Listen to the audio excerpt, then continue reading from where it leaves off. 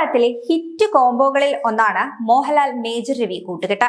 Keerthichakra, Kurukshetra, Kandahar, 1971, beyond borders തുടങ്ങിയ സിനിമകളിൽ ഈ കോംബോ ഒന്നിച്ചിരുന്നു. ഇപ്പോൾ ഒരു പുതിയ സിനിമയുമായി മോഹൻലാൽ മേജർ രവി കൂട്ടുകെട്ട് എത്തുന്നു എന്നാണ് റിപ്പോർട്ടുകൾ.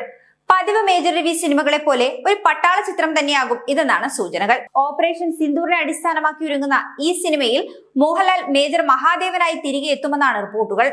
വമ്പൻ ബജറ്റിൽ ഒരുങ്ങുന്ന സിനിമയ്ക്ക് വേണ്ടി പല ഇൻഡസ്ട്രിയിൽ നിന്നുമുള്ള ഗംഭീര ടെക്നീഷ്യൻസ് ഒന്നിക്കുന്നുവെന്നും സൂചനകളുണ്ട്. പേട്ട, 24, ജനതാ ഗാരേജ്, മരക്കാർ തുടങ്ങിയ സിനിമകൾക്ക് വേണ്ടി ക്യാമറ ചലിപ്പിച്ച എസ് തിരുവാണ് ഈ മേജർ രവി മോഹൻലാൽ സിനിമയുടെ ഛായാഗ്രഹണം നിർവഹിക്കുകയെന്നും കേൾക്കുന്നു.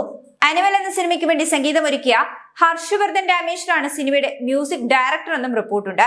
എന്നാൽ പക്ഷേ ഇതിനെപ്പറ്റിയൊന്നും ഔദ്യോഗിക സ്ഥിരീകരണം ഒന്നും തന്നെ മേജർ രവിയുടെയോ മോഹൻലാലിന്റെയോ ഭാഗത്ത് നിന്ന് വന്നിട്ടില്ല.